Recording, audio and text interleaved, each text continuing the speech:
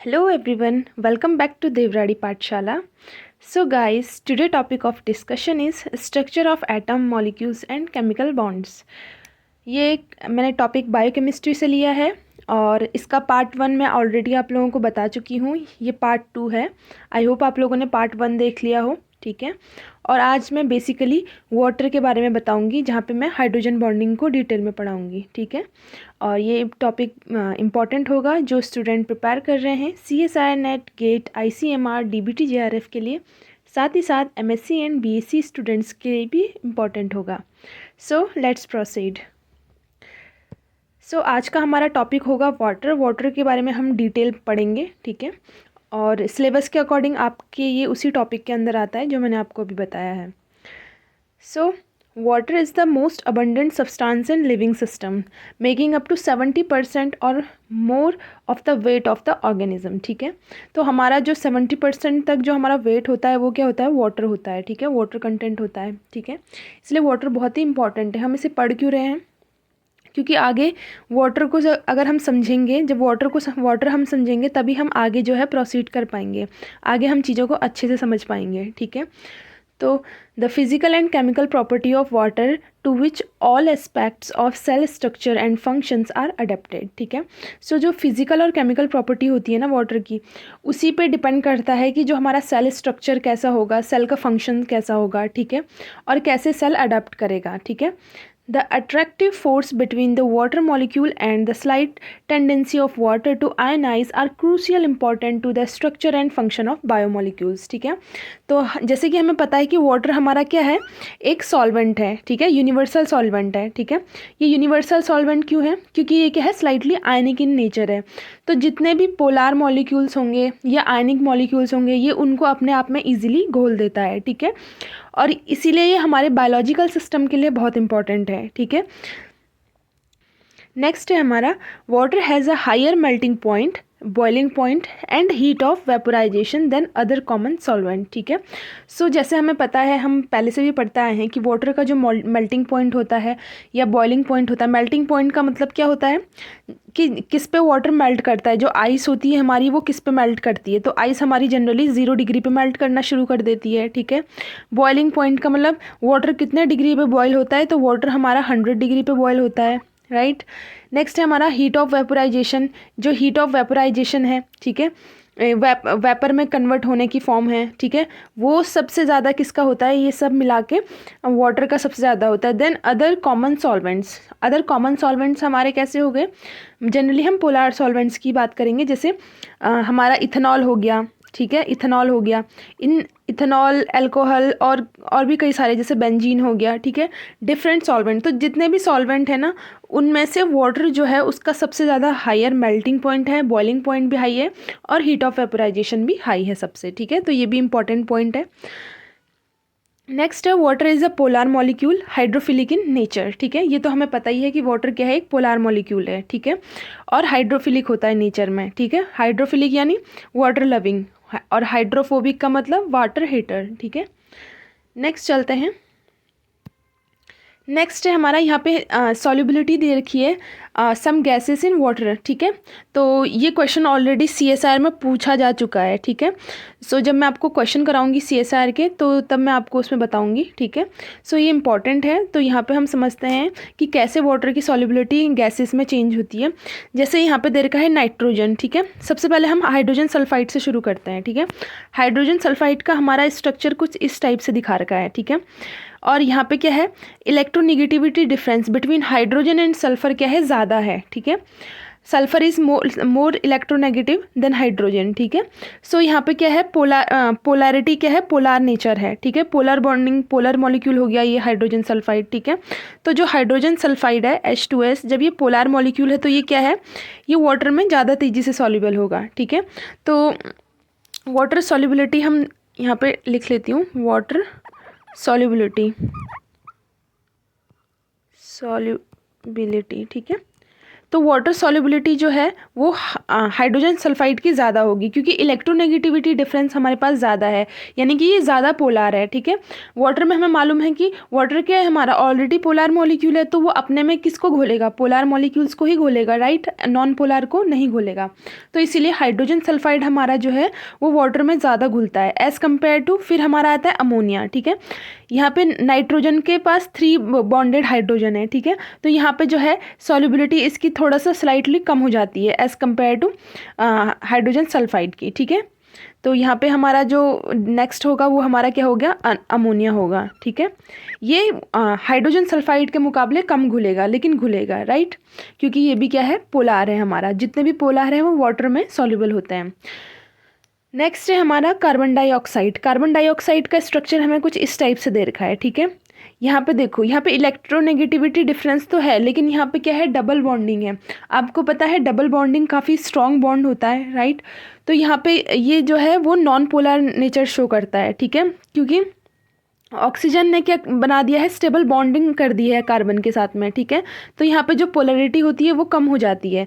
ठीक है, इधर भी ये अपनी तरफ खींच रहा है स्लाइटली नेगेटिव, इधर भी ये अपनी तरफ खींच रहा है, तो यहाँ पे क्या होती है, पोलरिटी जो है ना के बराबर हो जाती है।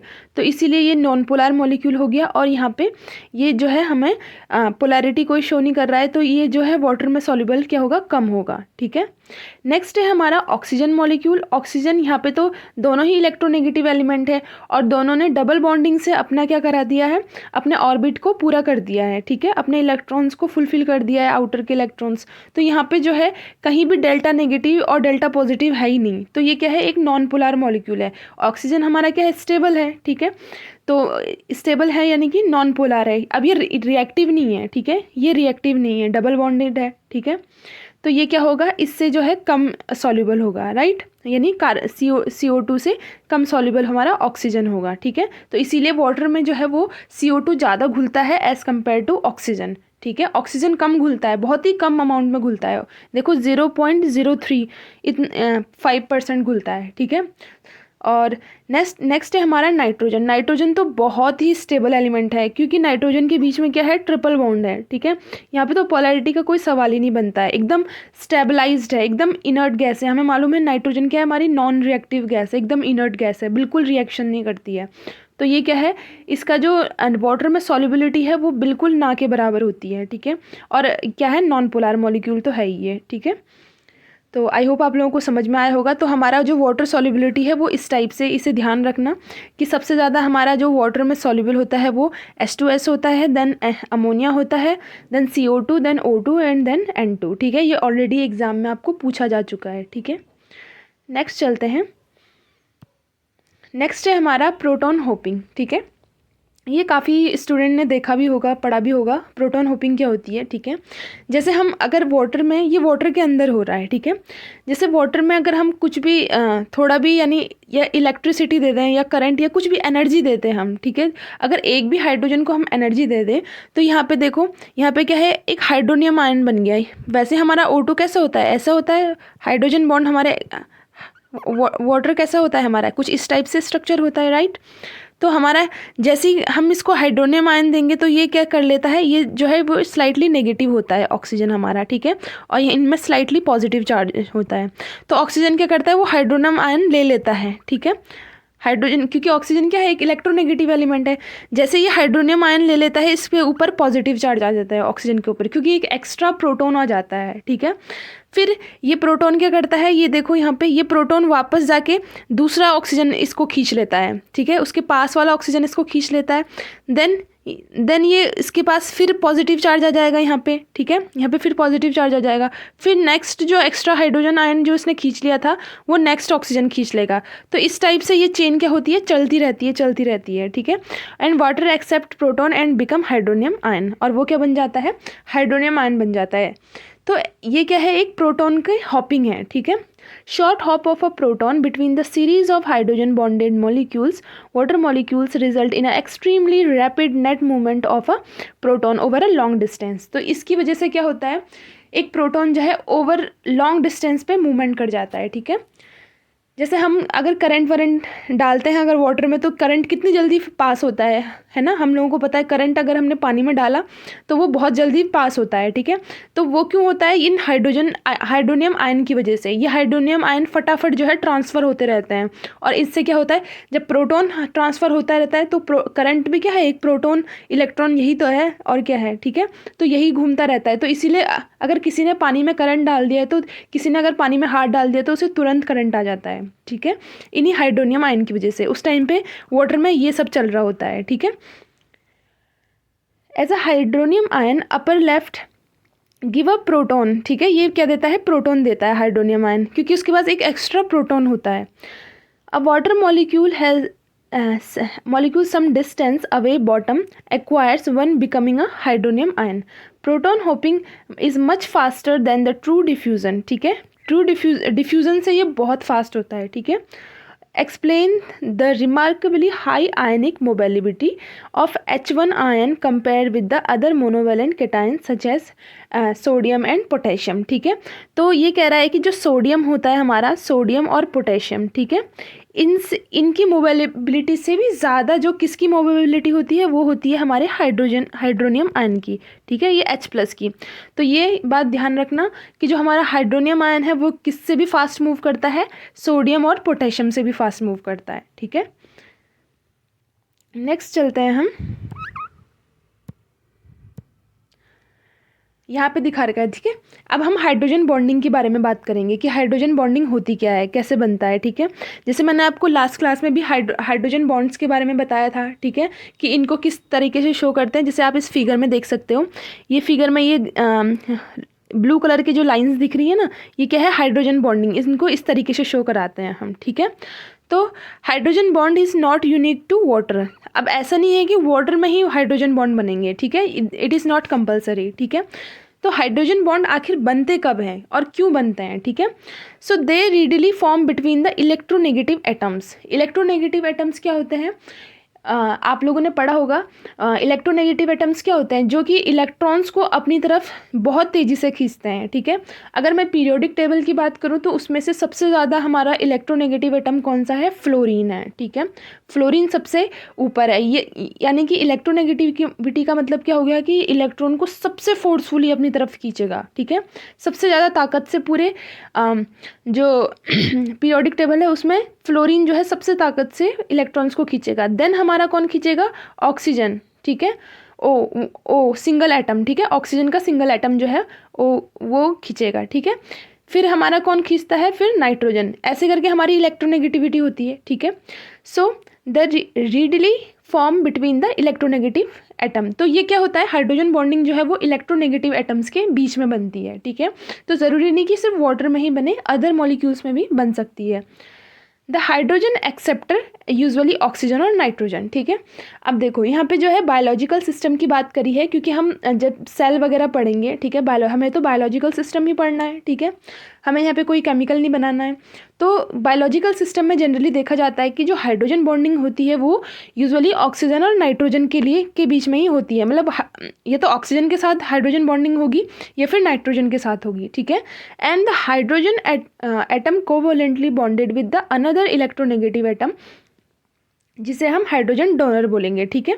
तो हाइड्रोजन एटम एक तरफ से क्या होगा, किससे बाउंड होगा, इलेक्ट्रोनेगेटिव एटम से होगा, और दूसरी तरफ क्या होगा, कोवैलेंटली बॉन्डेड होगा, ठीक है, इन द सेम और अनदर मॉलिक्यूल। और वो सेम मॉलिक्यूल में भी हो सकता है। हाइड्रोजन बॉन्डिंग क्या होती है, सेम में भी हो सकती है, इन बिटवीन भी हो सकती है, और दो एटम्स, दो मॉलिक्यूल्स, डिफरेंट मॉलिक्यूल्स के बीच में भी हाइड्रोजन बॉन्डिंग हो सकती है, ठीक है। जैसे यहाँ पे दिखा रखा है common hydrogen bond in biological system, इस फिगर में दिखा रखा है the hydrogen acceptor is usually oxygen और nitrogen and the hydrogen donor is another is electronegative atom, ठीक है। तो एक जो हाइड्रोजन डोनर होगा वो क्या होगा, एक इलेक्ट्रोनेगेटिव एटम होगा। जैसे यहाँ पे ये हाइड्रोजन एक्सेप्टर है, ये हाइड्रोजन एक्सेप्टर आपको अपर साइड से दिखा रखे हैं, ठीक है, मैं दूसरे कलर से शो करती हूँ। और ये हो गए हमारे हाइड्रोजन एक्सेप्टर और ये हो गए हमारे हाइड्रोजन डोनर, ठीक है।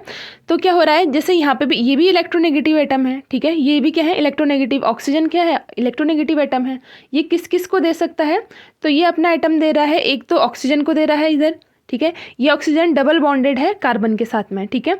तो ये हाइड्रोजन, ये ऑक्सीजन जो है ये हाइड्रोजन अपनी तरफ खींच दे रहा है, यहाँ पे ये नाइट्रोजन खींच दे रहा है अपनी तरफ, ठीक है। यहाँ पे फिर वापस ऑक्सीजन खींच दे रहा है, ठीक है। फिर नेक्स्ट में देखेंगे यहाँ पे नाइट्रोजन हमारा डोनर बना है, ठीक है। नाइट्रोजन एटम क्या है, वो हाइड्रोजन का डोनर बना हुआ है। तो यहाँ पे कौन खींच रहा है, ऑक्सीजन अपनी तरफ खींच रहा है हाइड्रोजन को, ठीक है। यहाँ पे भी ऑक्सीजन खींच रहा है, यहाँ पे नाइट्रोजन खींच रहा है, ठीक है।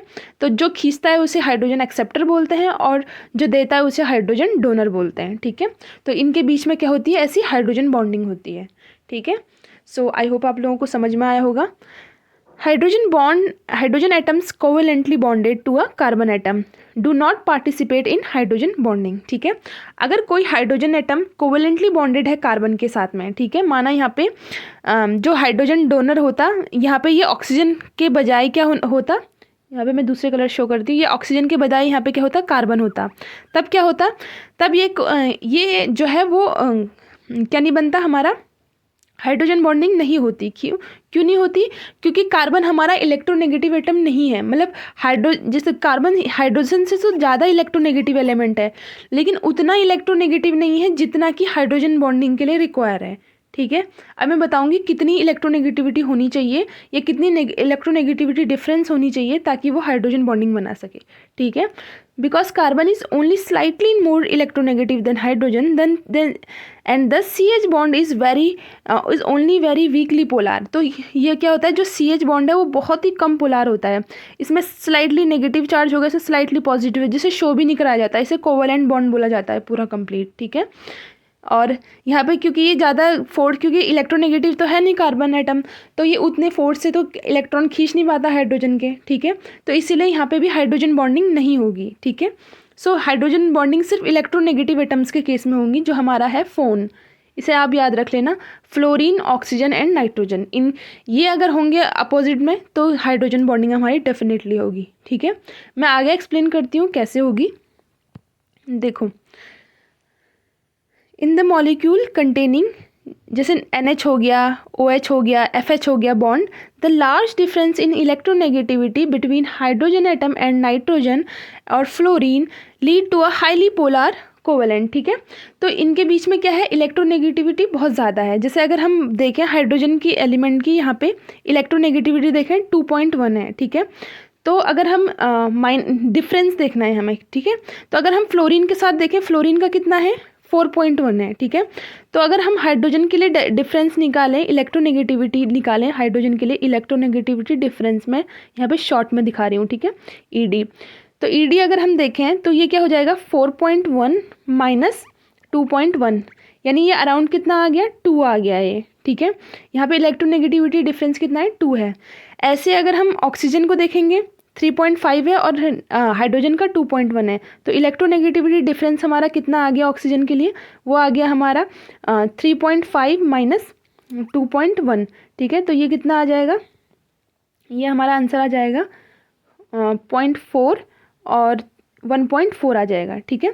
ऐसे ही इलेक्ट्रॉन से ही अगर हम नाइट्रोजन के लिए निकालें ED, तो नाइट्रोजन के लिए ED कितना हो जाएगा, नाइट्रोजन का इलेक्ट्रोनेगेटिविटी है 3 और ऑक्सीजन का कितना और हाइड्रोजन का कितना है 2.1, तो ये आ जाएगा 0.9, ठीक है।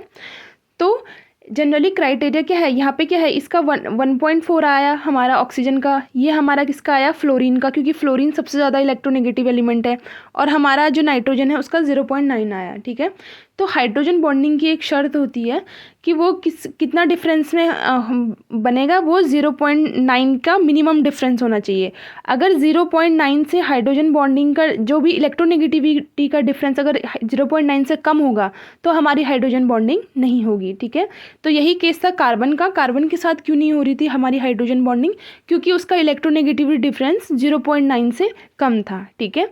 तो इस बात का आप ध्यान रखना कि क्राइटेरिया क्या है, 0.9 का। 0.9 से अगर ज़्यादा होगी तब तो हाइड्रोजन बॉन्डिंग होगी, लेकिन अगर इससे कम होगी तो नहीं होगी। और ये 0.9 क्या है, इलेक्ट्रोनेगेटिविटी डिफरेंस है, ED इलेक्ट्रोनेगेटिविटी डिफरेंस है, ठीक है, between hydrogen and the electronegative atom. Okay, so I hope आप लोगों को ये चीज़ समझ में आई होगी, मैंने आपको समझाने की कोशिश करी है, ठीक है। नेक्स्ट है हमारा, because the difference in the electronegativity the hydrogen atom bear a large partial positive charge, ठीक है, and the nitrogen oxygen and fluorine atom bear partial negative charge, ठीक है। तो इनके बीच में क्योंकि इलेक्ट्रोनेगेटिविटी डिफरेंस ज़्यादा है तो इनके बीच में क्या होगा, जैसे अगर हम हाइड्रोजन और फ्लोरीन की बात करें तो इनके बीच में जो इलेक्ट्रोनेगेटिव डिफरेंस होगा वो काफ़ी ज़्यादा होगा, क्योंकि ये बहुत तेज़ी से खींचेगा। फ्लोरीन मोर इलेक्ट्रोनेगेटिव है का मतलब क्या हो गया कि ज़्यादा तेज़ी से इलेक्ट्रॉन खींचेगा हाइड्रोजन के, और ये जितना ज़्यादा तेज़ी से ये इलेक्ट्रॉन खींचेगा उतना ज़्यादा ये स्लाइटली पॉजिटिव होता रहेगा, तो लार्ज डिफरेंस आता रहेगा इनके बीच में, ठीक है। ऐसे ही ऑक्सीजन के भी केस में होगा और नाइट्रोजन के केस में भी होगा। A hydrogen atom in one molecule is electrostatically attracted to the nitrogen oxygen fluorine atom in another molecule, ठीक है। सो एक हाइड्रोजन एटम क्या होता है, अट्रैक्ट किया जाता है किसके through, nitrogen oxygen and fluorine, और वो अट्रैक्शन फोर्स किसका ज़्यादा होगा ये डिपेंड करता है किसकी इलेक्ट्रोनेगेटिविटी ज़्यादा होगी, ठीक है। मैं आपको ऑलरेडी बता चुकी हूँ कि फ्लोरीन हमारा सबसे ज़्यादा इलेक्ट्रोनेगेटिव एटम है पूरी पीरियोडिक टेबल में, ठीक है। देन हमारा ऑक्सीजन है, ठीक है, देन हमारा नाइट्रोजन है, ठीक है। तो अगर मैं बोलूँगी कि सबसे ज़्यादा स्ट्रॉन्ग बॉन्ड हाइड्रोजन बॉन्ड किसके बीच में बनेगा, स्ट्रॉन्ग हाइड्रोजन बॉन्ड किसके बीच में बनेगा, स्ट्रॉन्ग हाइड्रोजन बॉन्ड, तो वो किसके बीच में बनेगा, फ्लोरीन और हाइड्रोजन के बीच में, क्योंकि फ्लोरीन जो है सबसे ज़्यादा तेज़ी से हाइड्रोजन के इलेक्ट्रॉन खींचेगा, ठीक है। तो इसीलिए कभी भी क्वेश्चन आए तो आपको फ्लोरीन का सबसे ज़्यादा होगा, देन हमारा ऑक्सीजन हाइड्रोजन का होगा, देन हमारा नाइट्रोजन हाइड्रोजन का होगा, ठीक है। तो सबसे ज़्यादा स्ट्रॉन्ग बॉन्ड हमारा फ्लोरीन और हाइड्रोजन के बीच में बनेगा, क्योंकि क्यों बन रहा है ये, क्योंकि फोर्स ज़्यादा है, फोर्स ऑफ अट्रैक्शन ज़्यादा है। फ्लोरीन सबसे ज़्यादा तेज़ी से इलेक्ट्रॉन खींच रहा है, यानी वो अपनी पकड़ को क्या कर रहा है, मजबूत कर रहा है, ठीक है, वो ईजिली हाइड्रोजन को नहीं छोड़ रहा है। फिर देन ऑक्सीजन कर रहा है, देन नाइट्रोजन कर रहा है, ठीक है।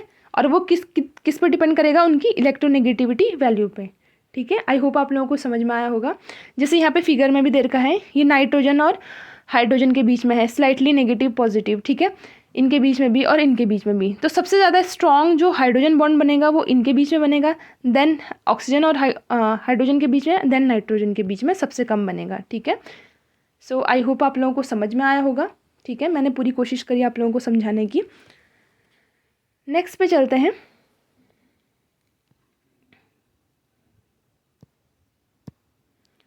नेक्स्ट अब हम बात कर लेते हैं कि देखो हाइड्रोजन बॉन्डिंग स्ट्रॉन्ग हो, ये तो एक बात पे मैंने बता दिया कि सबसे ज़्यादा किस पे होगा, फ्लोरीन और हाइड्रोजन के बीच में अगर हाइड्रोजन बॉन्ड बने, ठीक है, तो हमारा क्या होगा, सबसे स्ट्रॉन्गेस्ट होगा। देन अगर हमारा ऑक्सीजन एंड हाइड्रोजन के बीच में बने तो हमारा स्ट्रॉन्ग होगा, देन हमारा नाइट्रोजन और हाइड्रोजन के बीच में बने तो हमारा स्ट्रॉन्ग होगा। ये तो एक क्राइटेरिया होगा स्ट्रॉन्ग हाइड्रोजन बॉन्डिंग का, ठीक है। नेक्स्ट क्राइटेरिया क्या होगा हमारा, the hydrogen bond are strongest when the bonded molecules are oriented to a maximum electrostatic interaction which occurs when the hydrogen atoms and the two atoms that share it are straight line, ठीक है, that is when the acceptor atom in this line with the covalent bond between the donor and hydrogen atom, ठीक है। तो होगा क्या, hydrogen bonding strongest कब होगी, ठीक है।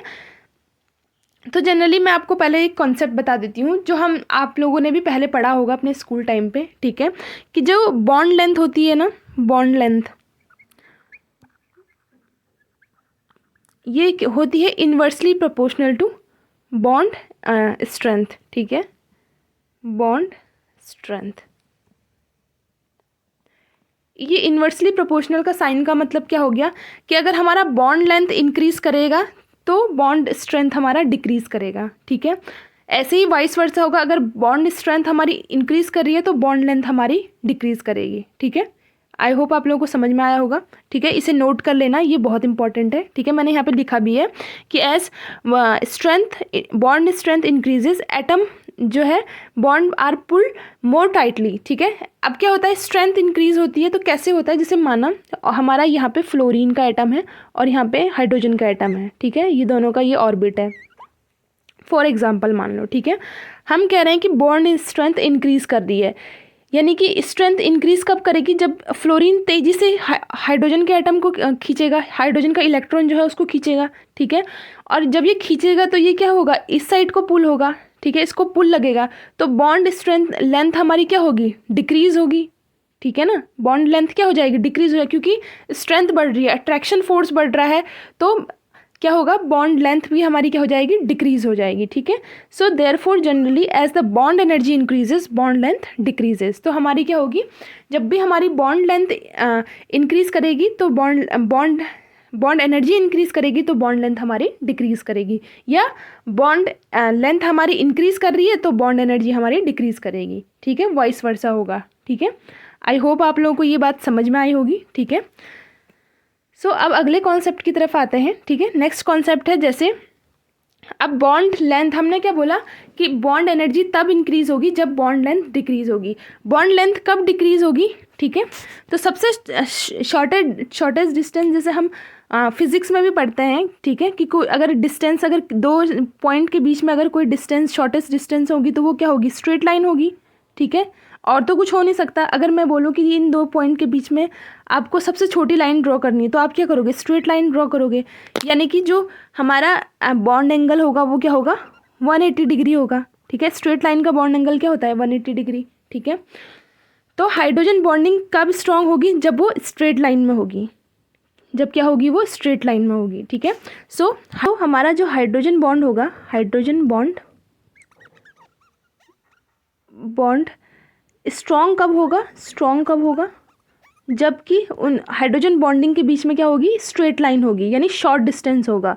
शॉर्ट डिस्टेंस कब होगी, जब स्ट्रेट लाइन होगी, और उस स्ट्रेट लाइन का एंगल क्या होगा, 180 डिग्री, ठीक है। इस बात को आपको ध्यान रखना है, ठीक है। जैसे फिगर में भी देख सकते हो, यहाँ पे देखो हाइड्रोजन और ऑक्सीजन के बीच में क्या बन रही है, स्ट्रेट लाइन बन रही है ना, स्ट्रेट लाइन में है दोनों, यानी कि 180 डिग्री का एंगल हमारा बन रहा है, ठीक है, 180 डिग्री का एंगल बन रहा है। तो यहाँ पे क्या होगा, हाइड्रोजन बॉन्ड हमारा क्या होगा, स्ट्रॉन्ग होगा, ठीक है। ये देखो यहाँ पे जो है एंगल हमारा चेंज हो गया है, ठीक है, 180 से कम हो गया, तो यहाँ पे वीकर हाइड्रोजन बॉन्ड होगा, यहाँ पे बॉन्ड लेंथ इंक्रीज कर जाएगी। जब बॉन्ड लेंथ हमारी इंक्रीज करेगी तो हमारा हाइड्रोजन बॉन्ड क्या होगा, वीक पड़ जाएगा, ठीक है। सो आई होप आप लोगों को ये बात समझ में आई होगी, ठीक है। तो एक तो चीज़ याद रखना है, ध्यान रखना है आपको, क्योंकि ये क्वेश्चन ऑलरेडी CSIR में काफ़ी बार पूछ चुका है, ठीक है। तो कॉन्सेप्ट को ध्यान रखना है, क्वेश्चन आपको चाहे कैसा भी घुमा के आ सकता है, आपको कॉन्सेप्ट ध्यान रखना है, जो कॉन्सेप्ट मैंने आपको बताए हैं, ठीक है, हाइड्रोजन बॉन्डिंग से रिलेटेड। सबसे पहला मैंने आपको अभी कॉन्सेप्ट बताया है कि बॉन्ड एनर्जी अगर इंक्रीज करनी है तो बॉन्ड लेंथ को हमें डिक्रीज करना पड़ेगा, ठीक है, यानी बॉन्ड, और उसका कॉन्सेप्ट भी मैंने आपको इलेक्ट्रोनेगेटिविटी से बता दिया था, ठीक है। नेक्स्ट कॉन्सेप्ट आपको देखना है कि दो पॉइंट के बीच में जो सबसे शॉर्टेस्ट डिस्टेंस होता है वो क्या होता है, हमेशा स्ट्रेट लाइन होता है, ठीक है। तो यानी कि अगर हमें दो बिंदुओं को मिलाना है, यानी दो एटम्स को मिलाना है, और उनकी सबसे स्मॉलेस्ट डिस्टेंस देखनी है, तो वो क्या होनी चाहिए, हमेशा स्ट्रेट लाइन होनी चाहिए, उससे ज़्यादा नहीं होगा। अगर हम उसे ऐसे मिलाएंगे, ठीक है, माना ये एटम यहाँ है और ये एटम यहाँ है, ठीक है, और मैं इसको यहाँ से मिलाऊं तो ये क्या हो जाएगा, लंबा हो जाएगा, यानी बॉन्ड लेंथ इंक्रीज हो जाएगी, तो वहाँ पे हमारी बॉन्ड जो हाइड्रोजन बॉन्ड की जो स्ट्रेंथ होगी वो वीक पड़ जाएगी, ठीक है। तो हमें मिनिमम डिस्टेंस रखना है, तो शॉर्टेस्ट डिस्टेंस क्या होगा, हमारा स्ट्रेट लाइन होगा। उस स्ट्रेट लाइन का एंगल क्या होता है, तो स्ट्रेट लाइन का एंगल हमें मालूम है 180 डिग्री होता है, ठीक है। तो आपको एंगल भी ध्यान रखना है 180 डिग्री, शॉर्टेस्ट डिस्टेंस ध्यान रखना है, शॉर्टेस्ट डिस्टेंस हमारी स्ट्रेट लाइन होती है, उसका एंगल 180 डिग्री है। उस एंगल पे, उस स्ट्रेंथ पे हमारा जो हाइड्रोजन बॉन्ड होगा वो सबसे ज़्यादा स्ट्रॉन्ग बॉन्ड होगा, ठीक है। आई होप आप लोगों को ये बात मेरी क्लियर हुई होगी, ठीक है। और एक और चीज़ मैं आपको बता देती हूँ, जो हमारा ऑक्सीजन और हाइड्रोजन के बीच में जो बॉन्डिंग बनती है ना, ठीक है, तो ये एंगल भी कई बार पूछ लेते हैं। तो ये एंगल कितना होता है, ये एंगल हमारा कितना होता है, 104.5 डिग्री, ठीक है, ये एंगल हमारा इतना होता है, ठीक है। और अगर हम हाइड्रोजन बॉन्डिंग देखें इसका दूसरे के साथ में, ठीक है, तो यहाँ पे ऑक्सीजन के साथ में हाइड्रोजन बॉन्डिंग करेगा ये, ठीक है। तो यहाँ पे जो एंगल होगा ये क्या होगा, हाइड्रोजन बॉन्डिंग कर रहा है, इस टाइप से हम शो करेंगे। तो हाइड्रोजन बॉन्डिंग कर रहा है तो ये लेंथ क्या होगी, स्ट्रेट लाइन होगी, तो इसका एंगल कितना होगा, 180 डिग्री, ठीक है। तो इतना आप लोगों को समझ में आया होगा, ठीक है। एक और इम्पॉर्टेंट चीज़ है कि जैसे मैं आपको बताती हूँ, ये CSR में ऑलरेडी पूछा जा चुका है, ठीक है। तो एक बार आपको बता देती हूँ कि जैसे फ्लोरीन और हाइड्रोजन है, आपको फ्लोरीन दे रखा है, ठीक है, और हाइड्रोजन दे रखा है, ठीक है, और फिर देन हमारा जो हाइड्रोजन बॉन्डिंग बन रही है वो फ्लोरीन के साथ बन रही है, हाइड्रोजन और फ्लोरीन की, ठीक है। तो यहाँ पे हमें हाइड्रोजन बॉन्ड की स्ट्रेंथ बतानी है, ठीक है। तो ये ज़्यादा होगा एज़ कम्पेयर टू अगर यहाँ पे हमने फ्लोरीन रखा, हाइड्रोजन रखा और यहाँ पे ऑक्सीजन रखा, क्योंकि ऑक्सीजन क्या है, लेस इलेक्ट्रोनेगेटिव है देन फ्लोरीन। तो हमारा स्ट्रॉन्ग बॉन्ड कहाँ बनेगा, स्ट्रॉन्ग हाइड्रोजन बॉन्ड हमारा यहाँ पे बनेगा, ठीक है। और यहाँ पे हमारा इससे कम बनेगा, ठीक है। ऐसे अगर हम इसको रिप्लेस कर दें ऑक्सीजन से देन ये कम हो जाएगा, अगर नाइट्रोजन से रिप्लेस कर दिया तो और कम हो जाएगा, ठीक है। तो आई होप आप लोगों को ये सारी चीज़ें कॉन्सेप्ट समझ में आया होगा, ठीक है। तो यहाँ तक मैंने आपको बॉन्डिंग्स के बारे में बता दिया, वाटर के बारे में डिटेल में बता दिया, ठीक है, हाइड्रोजन बॉन्डिंग्स के बारे में बता दिया। तो और नेक्स्ट वीडियो में हम फिर आगे और बायोकेमिस्ट्री फिर आगे मोल कॉन्सेप्ट वगैरह पढ़ेंगे, ठीक है। सो वीडियो पसंद आया होगा तो इसे लाइक ज़रूर करें, शेयर करें अपने दोस्तों के साथ एंड प्लीज़ सब्सक्राइब देवराड़ी पाठशाला।